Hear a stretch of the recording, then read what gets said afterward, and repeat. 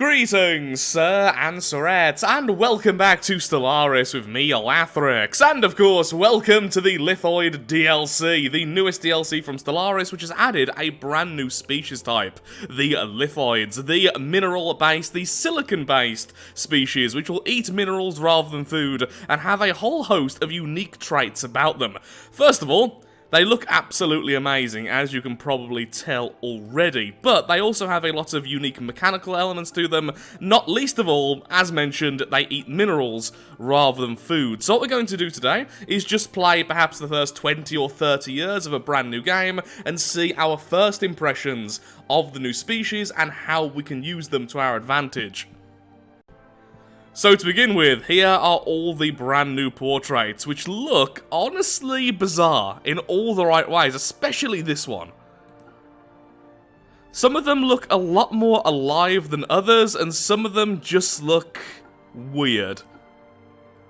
And I think I like every single one of them, but for this playthrough we're going to be playing with the standard here, which in my opinion looks like an earth elemental, which I absolutely love. Now as soon as we pick one of these, we get this, the Lithoid trait. This species is a silicon-based biology and consumes minerals rather than food. They are tougher than traditional organics and have slower metabolisms, making them long-lived but slow to reproduce. Minus 25% population growth speed, which is pretty brutal, but they get plus 50% habitability, plus 50% army health, and plus 50 to their leader lifespan.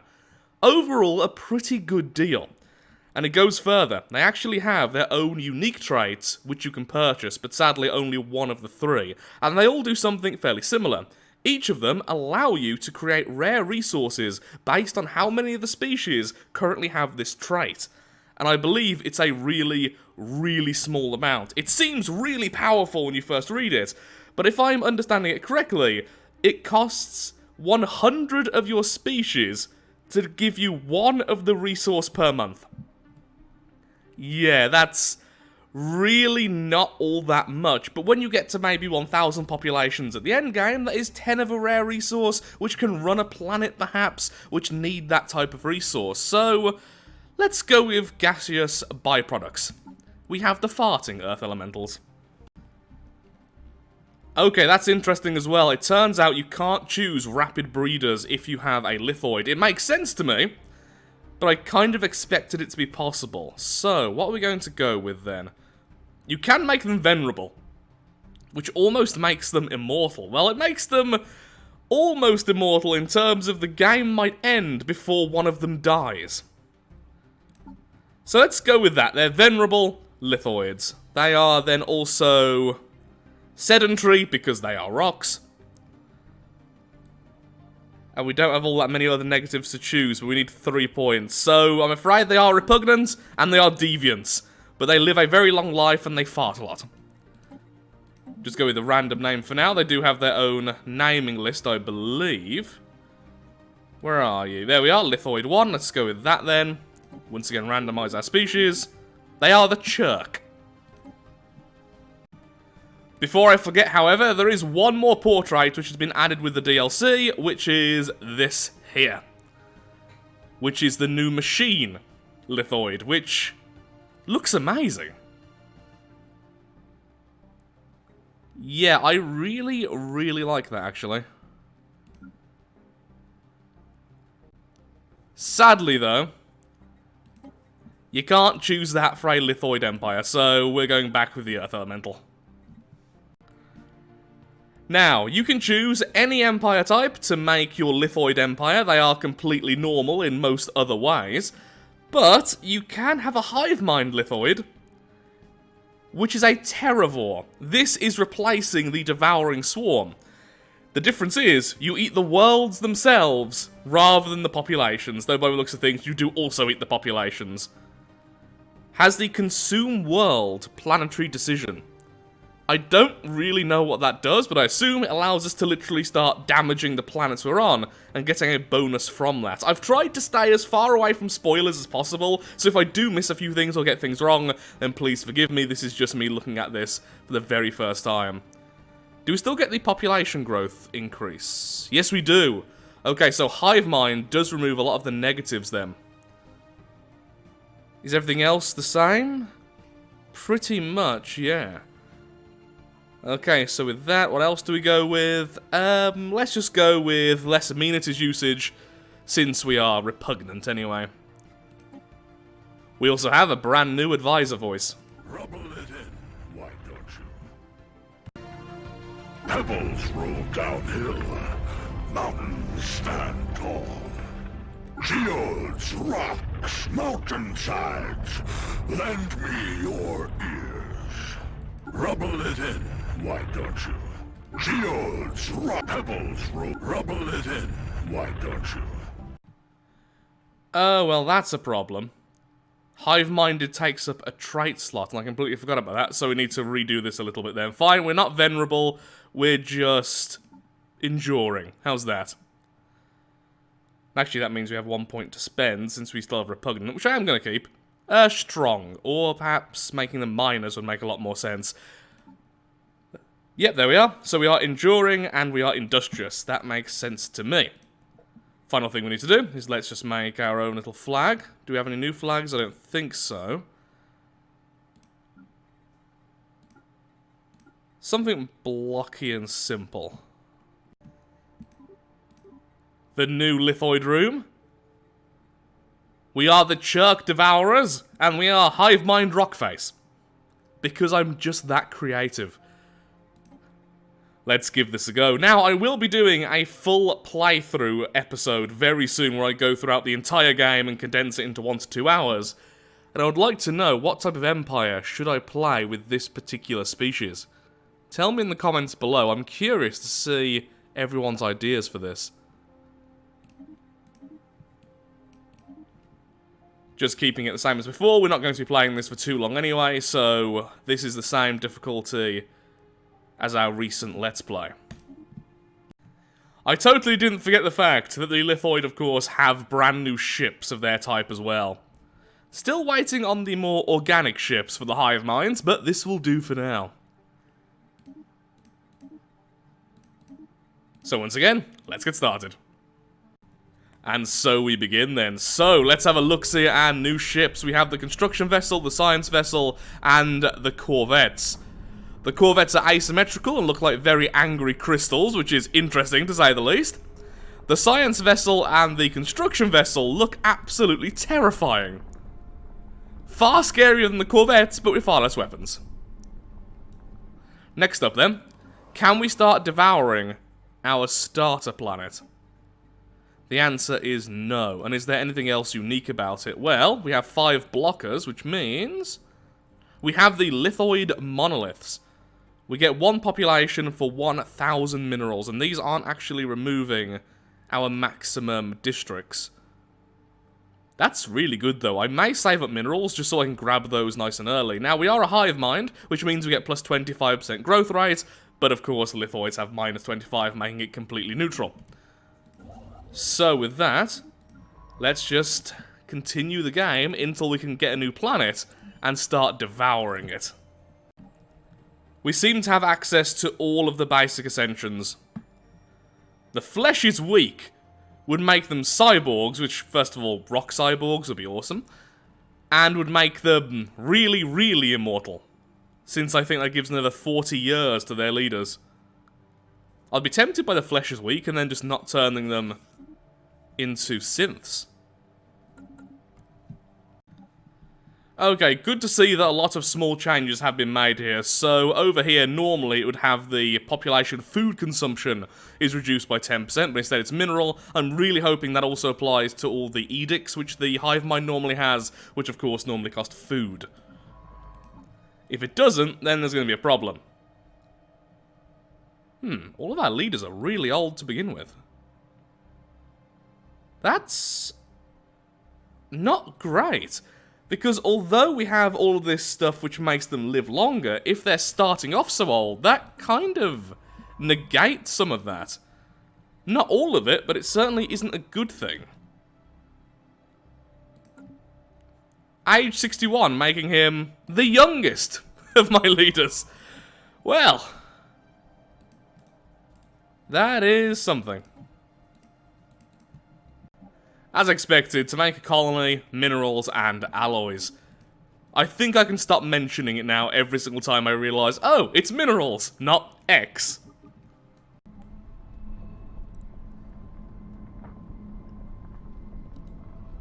That is mesmerising. So that's the basic station, well, the one level up starbase. That's mining. And that's science.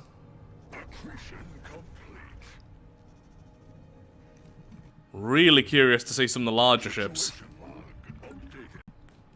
We have the colony ship. Now I'm curious to see if the crystals will change colour depending on your flag colour. I imagine it probably will. So we're going to get quite dull colours because that's just how we've done our flag.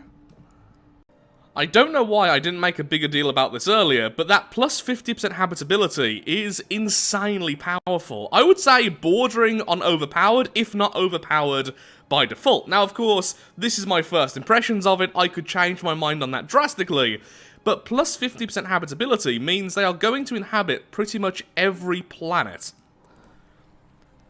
Even the Alpine world here. If you give them adaptable, or if you give them cyborg, then they're going to be able to pretty much just inhabit every planet with absolutely no problem whatsoever. And already that's pretty darn close. And since devouring swarms are very powerful if they get a good start, especially with worlds, this pretty much guarantees that. For a hive mind at least, the Lithoids seem really good. We have our very first colony, so then let's see if we can instantly start devouring it, or will it take a little while longer? No, there we go, consume world. Devastate this world, creating one or more blockers that reduce the habitability and districts of this world, but will provide the swarm with minerals, alloys, or create a population. We've also went straight into mining world, so we're not a regular colony, which means we probably have regular growth speed straight away. Yes, we do. Now, I'm not sure if all hive minds have that anyway, so it could be a hive mind thing, but combined with everything else, that is, once again, very, very powerful. I'm starting to think that perhaps lithoid hive minds are going to be very, very scary. Ooh, and we have 1,000 minerals, which means let's break down one of these monoliths and get another chuck. System survey complete.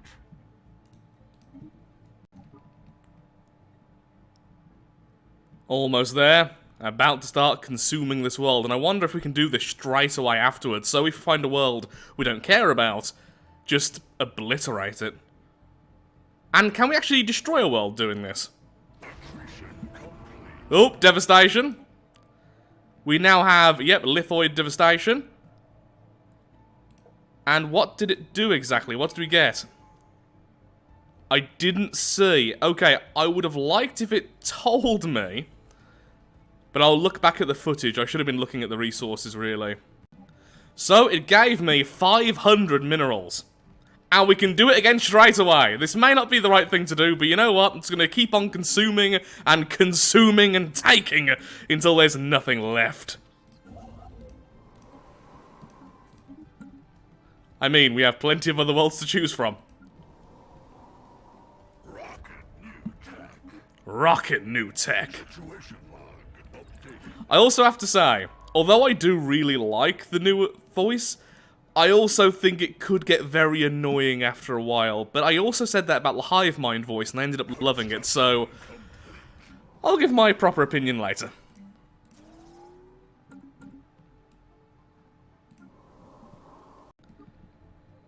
"20 seconds remain. Well, at least in that time. And we got a new population and created more devastation. Now, these can be cleared. So, it begs the question, would I pay 1,000 energy for one population? Early game, no. And I kind of can't. I don't have the resources for that. Late game, yeah. I probably would. And we continue to devour. I'm just going to continue to devour every world. Why not, eh? Honestly, the tile blockers aren't a big deal until later on anyway, in terms of the districts. Oh, but the habitability is starting to become a problem, so continue until habitability is affected. Other than on the first planet. The first planet, I'm just going to keep on going over and over again and seeing just how far we can take the world. And lovely. Okay, I kind of misjudged that. I thought we got a population, we actually got 500 minerals that time. And once again, consume the world. You could probably take over an enemy world and very quickly start to consume it before they could take it back as well, which is something to really watch out for, I imagine.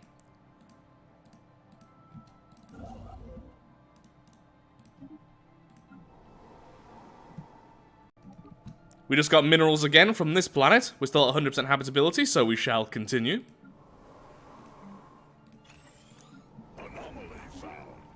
And this gives us... Hello. 100 alloys, was that? Yep, it was 100 alloys. Not a huge amount. I wonder if that will give us more later on. Or will it always be at that level? I would imagine it would probably always be at that level, but we will see. We will see. For now, we just continue to break down our own worlds. So, just to confirm, we do use minerals for all of our edicts, which is fantastic.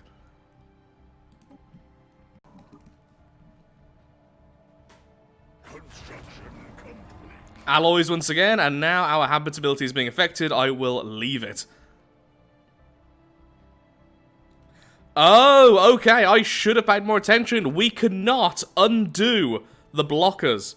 I'm sure people have already corrected me about that in the comments, but yep, here we are, and I am realizing this now. I am still curious what happens when it gets to 0% habitability. Probably still stays there. I wonder if we can keep on eating it after 0% habitability. Then just have a planet there purely to be consumed over and over again for all eternity. I doubt that's how it's going to work, but we are doing science! We have found our first other empire, which is really close to us. So, I'm building lots and lots of corvettes in response. Sadly, they are currently very, very weak. So, here's something. 0% habitability, still able to consume worlds. Maybe it's when all of the districts are used up. So there's no more space, then the planet will be destroyed. That is now what I think is going to happen, but we will see as we continue on. So, once you have 0 districts, you can no longer consume the world. Now, there are some other things here taking away districts, like this one here, so I imagine if I can remove dangerous wildlife, I can then do that twice more. Is it worth keeping this colony at all, then? I would say yes, just make sure you have all of your lovely lithoids being moved off every time a new one breeds, and you're getting a 2.43 per month growth for nothing. Since the growing population doesn't consume anything, but you need at least one of them there to make this a viable colony, so all I need to do is remove all of those fellows. And there we go. This planet is purely here to grow more lithoids. System survey complete. So, a thought about consuming worlds a little bit later on then. I truly believe that the consume world seems to be really good in the early game. It has massively increased our initial expansion. We are very strong this early on. Even our research is doing okay, and that's because we had so many alloys and so many minerals just being given to us over and over again that it just jump-started everything. Later on, I don't think it's going to be worth it, especially since you can't fix the planets. Unless, are you able to make Gaia worlds? And if I can turn something into a Gaia world, would it remove the damaged world tiles. By the looks of things, no. Also, I said that in a very weird way. I'm a bit tired today, can you tell? We also can't make hive worlds. That's interesting, considering we are a hive mind. So, by the looks of things, no, there really aren't any ways to remove those tile blockers. That's a shame. But it makes sense. I wouldn't have expected it to be able to, but it's always worth checking. As soon as we have basic combat rolls, I'm going to go to war with our neighbours. I don't know if I'm really strong enough to do this right now, but I just want to. They are back to being superior with us. But we don't really care. And we have a secret weapon either way. We have the mighty Bubbles! Honestly, we are most likely going to lose this war, but considering we are going to be finishing the video fairly soon after this first look, I thought it only right. The power of a devouring swarm. I underestimated you.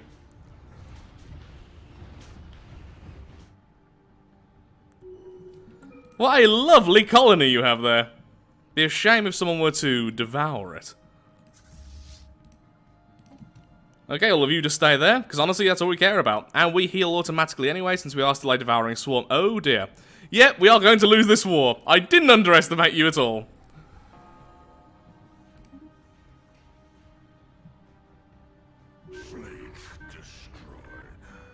Oh no, it made one of our leaders sad. Which is difficult, considering they are a rock. So with that very disappointing end, I'm afraid I am all out of time for today's episode. I will be starting a new full playthrough recording very soon. We should be out in a few days, since it is an entire 20+ hour recording normally, tried to condense into 2 or less hours. Trying to be condensed.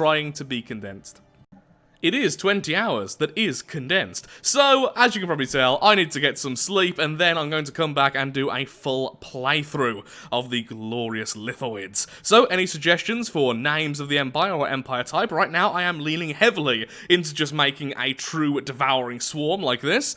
And it should be a lot of fun, and I will be a bit smarter about it as well. Honestly, I wouldn't have gone to war if I wasn't already out of time, because that was just stupid. So thank you so much for watching. If you have enjoyed today's video, then of course, likes, favourite, shares, comments, all that good stuff, helps out me, helps out the channel, and most importantly, shows that Stellaris is a series you wish to see continued in the future. So yeah, suggestions for names and stuff, very much appreciated. Thank you for watching, and goodbye.